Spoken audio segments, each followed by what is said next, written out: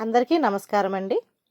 ఈరోజు మనం 1994వ సంవత్సరంలోని చందమామ కథల పుస్తకంలోని పారిన పథకం అనే కథ గురించి చెప్పుకుందాం. ఈ కథ రచించింది లలితా షర్మిల గారు. గౌరీపురంలో ఉండే సూరమ్మకు గయ్యాలితనము, ధనాశ, ఒక పాలు ఎక్కువగాను, పొదపరితనము, సంపాదించగలిగే నేర్పు, ఒక పాలు తక్కువగాను ఉండేవి. ఆమెకు 2 పిల్లలు. వాళ్ళు చిన్నవాళ్ళుగా ఉండగానే భర్త పోగా ఉన్న ఆస్తినేదో కర్పూరంలా కరిగిస్తూ వాళ్ళను పెంచుకొచ్చింది. ఈ మధ్యనే కూతురు లక్ష్మికి పెళ్లి చేసింది. ఇక పెళ్లికి మిగిలినవాడు కొడుకు గోపాలుడు. గోపాలుడు బాగా చదువుకొని కచేరీలో మంచి ఉద్యోగం చేస్తున్నాడు. ఆ ఉద్యోగాన్ని ఎరగా చూపి ఆడపెళ్లి వారి నుంచి పెద్దగా కట్నకానుకలు లాగి తన పూర్వ వైభవాన్ని తిరిగి పొందాలని ఆమె వచ్చిన ప్రతి సంబంధాన్ని వారి ఆస్తిపాస్తులు తూకం వేసి తిరగొట్టడం ప్రారంభించింది. తల్లి సంగతి ఇలా ఉండగా గోపాలుడి ఆశలు, కోరికలు అందుకు భిన్నంగా ఉన్నవి. తాముంటున్న వీధిలోనే 4 ఇళ్ల అవతల ఉన్న తమ బంధువుల పిల్ల నిర్మలను వివాహమాడాలన్నది అతడి ఆలోచన. నిర్మల చురుకుదనము, సహనము గల పిల్ల. అయితే తనకు నిర్మలతో సవ్యంగా పెళ్లి జరుగుతుందన్న ఆశ మాత్రం అతడికి లేదు. అందుకు నిర్మల కుటుంబం ఆర్థికంగా తమకంటే తక్కువ స్థితిలో ఉండడం ఒక కారణమైతే, నిర్మల తండ్రి రామయ్యకు తన తల్లికి మధ్య ఏవో కుటుంబాల పాత తగువుల కారణంగా నివురుగప్పిన నిప్పులాంటి శత్రుత్వం ఉండడం మరొక కారణం.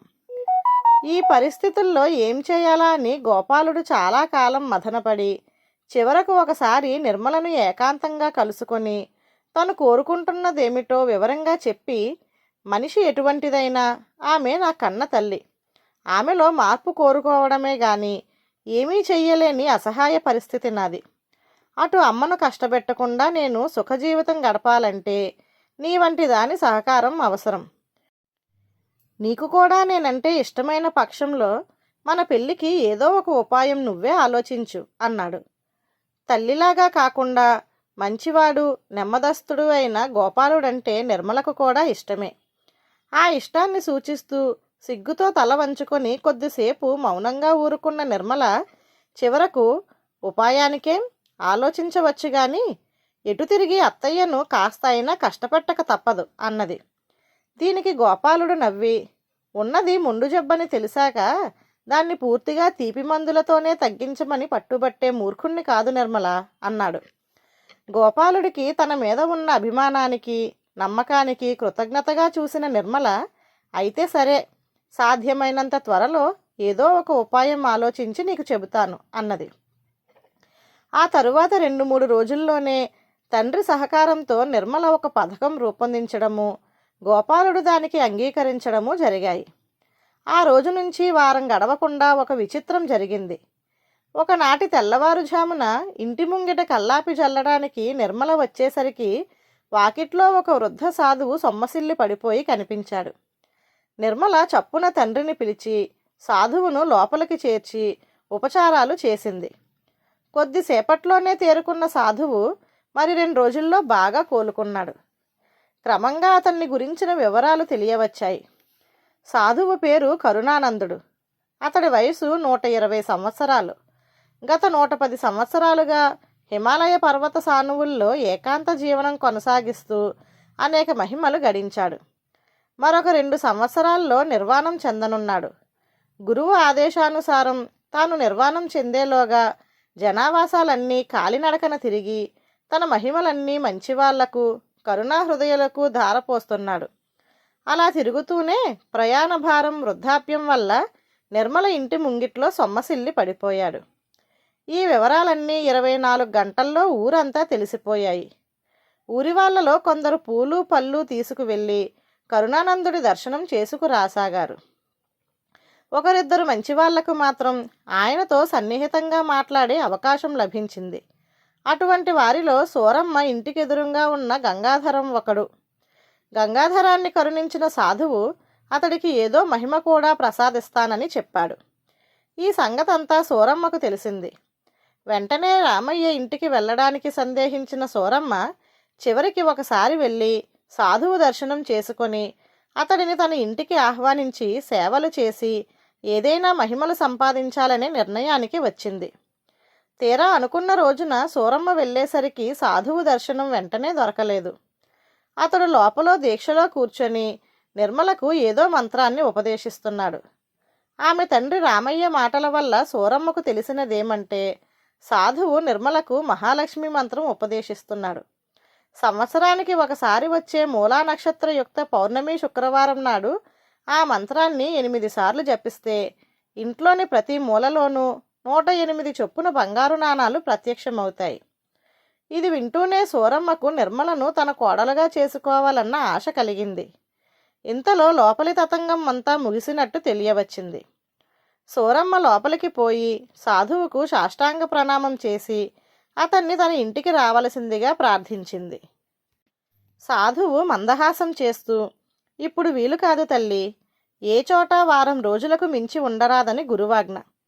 మరొక 6 నెలల్లో అంటే రాబోయే శ్రావణ మాసంలో నిర్మల తొలిసారిగా మహాలక్ష్మి మంత్రం జపించబోతున్నది. ఉపదేశించిన గురువుగా నన్ను ఆ రోజున ఇక్కడికి వచ్చి నా ఆధ్వర్యంలో పూజ జరిపించమని పట్టుబడుతున్నది. అప్పుడు నీ ఇంటికి కూడా వస్తాను అన్నాడు. సూరమ్మ సాధువుకు వినయంగా నమస్కరించి, మీ ఇష్టం స్వామి, కాకపోతే మరొక చిన్న కోరిక అన్నది. ఏమిటో చెప్పు అన్నాడు సాధువు. మీ అభిమానానికి పాత్రులైన నిర్మల అంటే నాకు దాని చిన్నతనం నుంచి అభిమానం స్వామి. ఎంతో కాలంగా దాన్ని నా కోడలిని చేసుకోవాలనుకుంటున్నాను. కానీ దాని తండ్రికి నేనంటే పిసరంత గౌరవం కూడా లేదు అన్నది సూరమ్మ. సూరమ్మ మాటలు వింటూనే సాధువు కరుణానందుడు కళ్ళు మూసుకొని కొద్దిసేపు తర్వాత తెరిచి, నీకున్న ఒక్కగానొక్క కొడుకు గోపాలుడు. వాడు కచేరీ ఉద్యోగం చేస్తున్నాడు అవునా అని ప్రశ్నించాడు. అవును స్వామి అంటూ సూరమ్మ ఆనందంగా జవాబిచ్చింది. సాధువు బయట ఎవరితోనో మాట్లాడుతున్న రామయ్యను పిలిపించి, రామయ్య, ఈ సూరమ్మ కొడుకు చాలా ఉత్తముడు. నీ కూతురు నిర్మలకు తగినవాడు అన్నాడు. రామయ్య చేతులు జోడిస్తూ, తమ ఆజ్ఞ స్వామి అన్నాడు. ఆ తరువాత నెల తిరగకుండానే రామయ్య నిర్మలకు గోపాలుడికి వివాహం జరిపించాడు. వివాహం అయిన వెంటనే కాపురానికి వచ్చిన నిర్మల కూలీల చేత పాడుపడినట్టున్న పెద్ద పెరడును బాగు చేయించి రకరకాల కూరగాయ మొక్కలు నాటింది. ఆ పెరట్లోనే ఒక మూలగా పాక వేయించి అందులో 2 గేదెల్ని కొని తెచ్చిపెట్టి పాల వ్యాపారం ప్రారంభించింది. ఈ విధంగా 4 నెలలు గడిచేసరికి కూరగాయలు పాలు అమ్మగా వచ్చిన లాభాలతో సూరమ్మ అక్కడా ఇక్కడా చేసిన అప్పులు తీర్చి కొంత డబ్బు వెనక వేసింది. తన కోడలు ఏ మంత్రం జపించకుండానే డబ్బు సంపాదిస్తున్నదని సూరమ్మ సంతోషించిన రాబోయే శ్రావణ మాసంలో మహాలక్ష్మి మంత్రం జపించి ఆమె కూడబెట్టబోయే బంగారు నాణాల కోసం ఆతృతగా ఎదురు చూడసాగింది. కొన్నాళ్లకు శ్రావణమాసం వచ్చింది. ఒకనాటి ఉదయాన రామయ్య గంగాధరం వెంట రాగా సాధువు కరుణానందుడు వచ్చాడు. తనను చూడగానే పొంగిపోతూ అతిథి మర్యాదలకు పూనుకున్న సూరమ్మతో సాధువు, ఏం సూరమ్మ, ఇల్లు కలకలలాడుతున్నది. నీ కోడలు మంత్రం జపించకుండానే నీ ఇంటికి మహాలక్ష్మి వచ్చిందన్నమాట అంటూ తను పెట్టుకున్న నకిలీ గడ్డము జడలు తీసి పక్కన పెట్టాడు. సూరమ్మ నిర్ఘాంతపోతూ చూసి, ఏమిటి మోసం అంటూ కోపంగా మరేదో అనబోయింది. కానీ కరుణానందుడిగా వేషం వేసుకు వచ్చిన వృద్ధుడు ఆమెను వారిస్తూ, నన్ను నానా మాటలు అనబోయే ముందు నేనెవరో గుర్తుపట్టగలవేమో ఒకసారి పరీక్షగా చూడు సూరమ్మ అన్నాడు. ఆ మాటకు అతన్ని పరీక్షగా చూసిన సూరమ్మ అతన్ని గుర్తుపట్టి తడబడుతూ, మీరా అంటూ తల వంచుకున్నది. అప్పుడు వృద్ధుడు శాంతంగా, గుర్తుపట్టావు కదా అని అక్కడే ఉన్న గోపాలుడికేసి తిరిగి, నాయనా, నేను మీ నాన్నకు స్వయాన పినతండ్రిని, మీ అమ్మకు పినమామగారిని. నాకు అప్పట్లో ఊళ్ళు తిరిగి నాటకాలు వేసే అలవాటు ఉండేది. అది మా అన్నయ్యకు అంటే మీ తాతకు ఇష్టం ఉండేది కాదు. నా అభిరుచిని వదులుకోలేక నేను మరొక ఊరు వెళ్ళిపోయాను. వృద్ధులైన అత్తామామల్ని మీ అమ్మ నానా బాధలు పెట్టి కట్టుబట్టలతో వీధిలోకి తరిమేసింది. ఆ తరువాత వాళ్ళ జీవితం కడదాకా నా దగ్గర సుఖంగా గడిచినా వాళ్ళు మాత్రం చివరి క్షణం వరకు కొడుకు కోసం బాధపడుతూనే ఉన్నారు అంటూ ఆగి సూరమ్మను, ఏం తల్లి, నేను చెప్పిన దాంట్లో అబద్ధం పాలు ఏమీ లేదు కదా అని ప్రశ్నించాడు. సూరమ్మ వెలవెలపోతూ తల పక్కకు తిప్పుకున్నది. వృద్ధుడు ఒక్క క్షణం ఆగి గోపాలుడితో, ఇదంతా ఈ రామయ్యకు గంగాధరానికి తెలుసు. నువ్వు నిర్మలను చేసుకోవడానికి నిశ్చయించుకున్న తరువాత నిర్మల రూపొందించిన పథకంలో సాధువు పాత్రకు రామయ్య గంగాధరం నన్ను ఒప్పించారు. ఆ పైన జరిగినదంతా నీకు తెలిసిందే. ఇక మీ అమ్మకు చెప్పవలసిందే మిగిలింది అంటూ సూరమ్మ వైపు తిరిగి, అత్తమామలను కాల్చుకు తిన్న నీ వంటి దానికి నిర్మల లాంటి కోడల్ని తీసుకువచ్చి నీ కొడుకు నిన్ను చాలా అదృష్టవంతురాలిని చేశాడు. నిర్మల గుణగణాలు నీకు తెలియడం కోసమే ఈ 6 నెలల గడువు ఇచ్చాను. ఇప్పటికైనా అర్థం చేసుకొని సవ్యంగా ప్రవర్తించావా సరే సరే, లేదా నిర్మల కూడా ఒకనాటి సూరమ్మలా ప్రవర్తిస్తుంది అన్నాడు. ఆ సరికి పరిస్థితి అంతా పూర్తిగా అర్థం చేసుకున్న సూరమ్మ బొటబొటా కన్నీళ్లు కారుస్తూ, మామయ్య, నా తప్పు నాకు తెలిసింది. మీరు చెప్పినట్లు నిర్మల నా కోడలవ్వటం నిజంగా నా అదృష్టం.